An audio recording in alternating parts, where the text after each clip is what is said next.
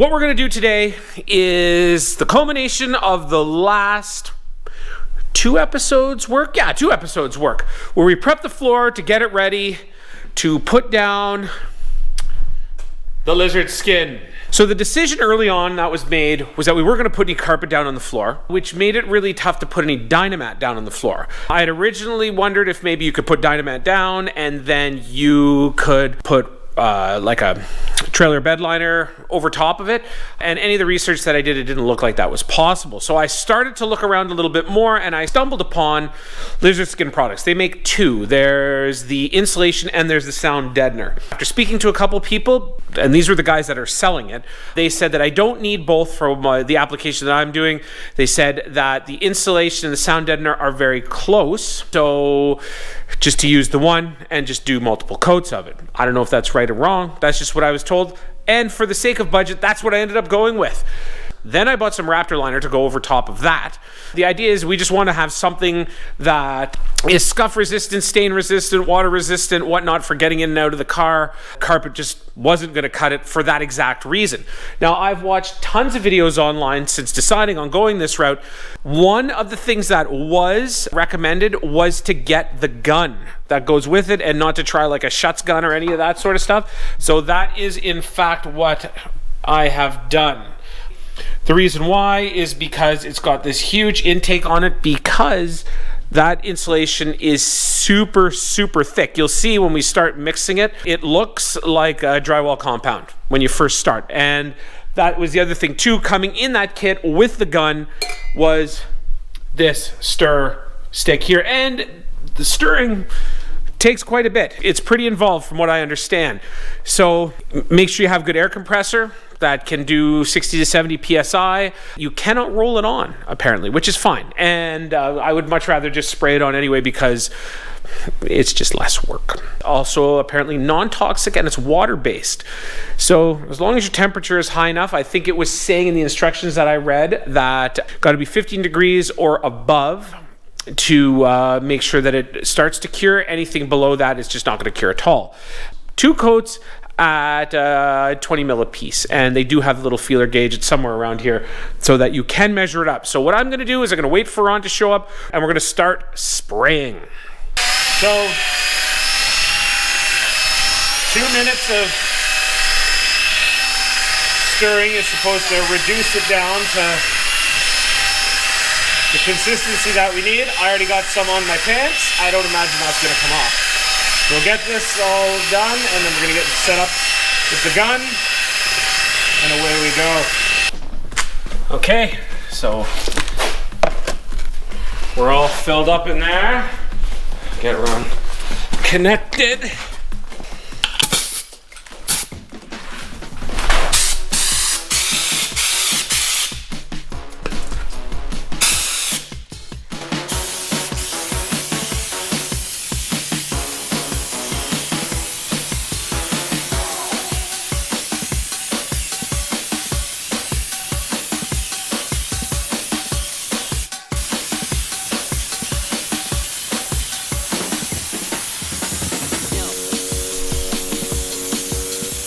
Okay, I am back for round 2. We finished off that first coat and then realized that it was a little bit cold in our cocoon here. It was only maybe about 16 degrees, which was going to mean that it's going to take a while to dry. So what we ended up doing was closed all the windows up, except for this guy. Left it open because the window won't roll up. Stopped the heater here, cranked it up, and nice and dry. I guess the test is stick your thumb down, give it a twist. If no material comes off, even in thicker spots, then you are good to go. I don't know what happened here and here, or even here and here. Oh, that was me testing it out when it was still wet. But it's definitely going to need some more. I'll put on another coat. Basically, from what my understanding is that the square footage that is the floor of this car is the equivalent of the 2-gallon pail that I have. It did take a little while to dry. I have left it for more than 24 hours because it was thick in some of these areas, a little bit thicker maybe than it should have been, but I'm very happy with how it turned out. It's not tinny, it's definitely solid. I'm just gonna get things set up to do another coat.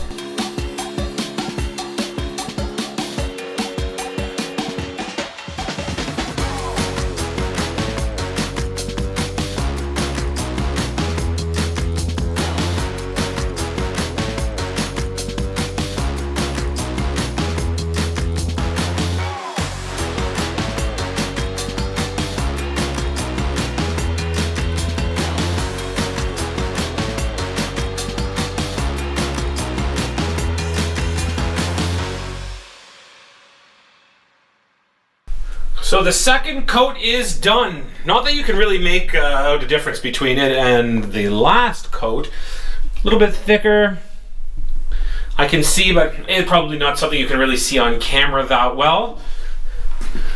But all turned out pretty good. And the one thing that I was super happy about is that formerly Unfaithful, now Old Faithful, worked quite well. The silicone gasket is holding up nicely. Of course, now that I say that, it probably will blow up the next time that we use it. But air compressor was great. Didn't so much as hiccup. So a little bit of cleanup left for me. Then I'm heading home and prepping to come back and get the Raptor Liner on. Then that part will be finished and we can move on to other things. So in a snap, I'll be back. On to phase 3 of covering up the floor. So take a quick look here. I'm really happy with how this turned out. 2 coats on, nice and hard. Big difference from before when it was just that rusty patched up floor. I did make sure to tape the holes this time because didn't think about it last time, so focused on how well that was going to work out. Then we had a little bit of spray coming through here.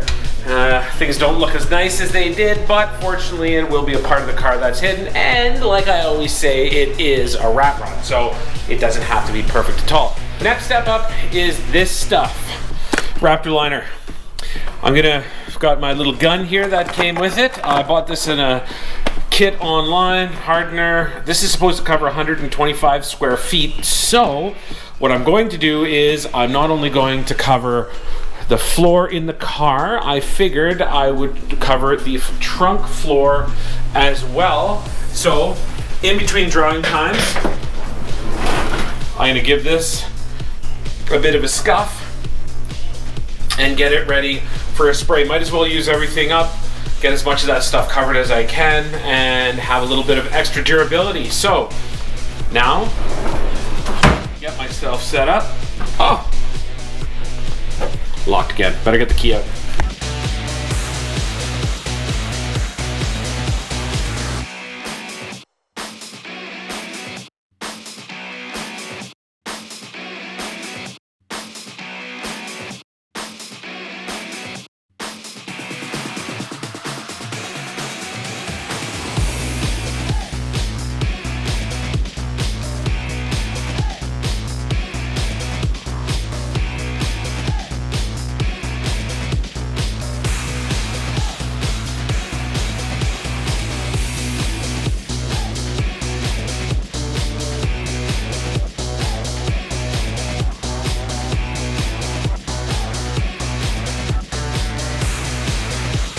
So what have I learned after doing the first coat on the driver's side? A couple things. Number one, I didn't calculate in my head the coverage the right way. So the 4-pack that I bought said that it'll cover 125 square feet. But for some reason, I assumed that would be 2 coats, which makes no sense. I don't know why I would assume that. It was 1 coat, meaning that I'm not gonna have enough for the trunk floor, which is fine. It's not a big deal. It was one of those things that it would have been nice to have, but it doesn't really matter. What I really like about this, it's so simple to spray on. It's not hard whatsoever. I'm always a little bit on the fence when it comes to this stuff, especially if it's something that I haven't tried. The gun works perfectly, no issues whatsoever. Comes out super easy. Get your little cup here to mix the hardener in with. They say that you want 8 ounces. It's got a measuring line. I don't know if you can see it there, for 8 ounces. So super easy to put in. And basically all you're doing is you're just pouring it into the top of this jug and shaking it up. Does it smell? It doesn't smell as bad as I thought it would. I actually thought it would be quite a bit stronger, especially being inside, but it's not bad. I mean, there is an odor to it, but it's not an especially pungent odor. Wear a mask and all that sort of stuff. I mean, you need to do that. It's just silly if you don't. But overall, so far, it looks as though for the cost of it and what we want it to do, it's going to be great. I'm going to maybe go a little bit thicker in the footwells. Ron made a good point when I was talking to him about that, was that's where it's going to see the most traffic. So why not, right? The other spots, it won't be as bad at all. So I'm going to get back onto finishing up the other side and then doing a second coat. And then I'll be back to show everybody how wonderful it looks. All right. Second coat is done. Floor is finished. Let's have a look and see how everything turned out. Got the light all set up so we can get a better look at things. So there you go.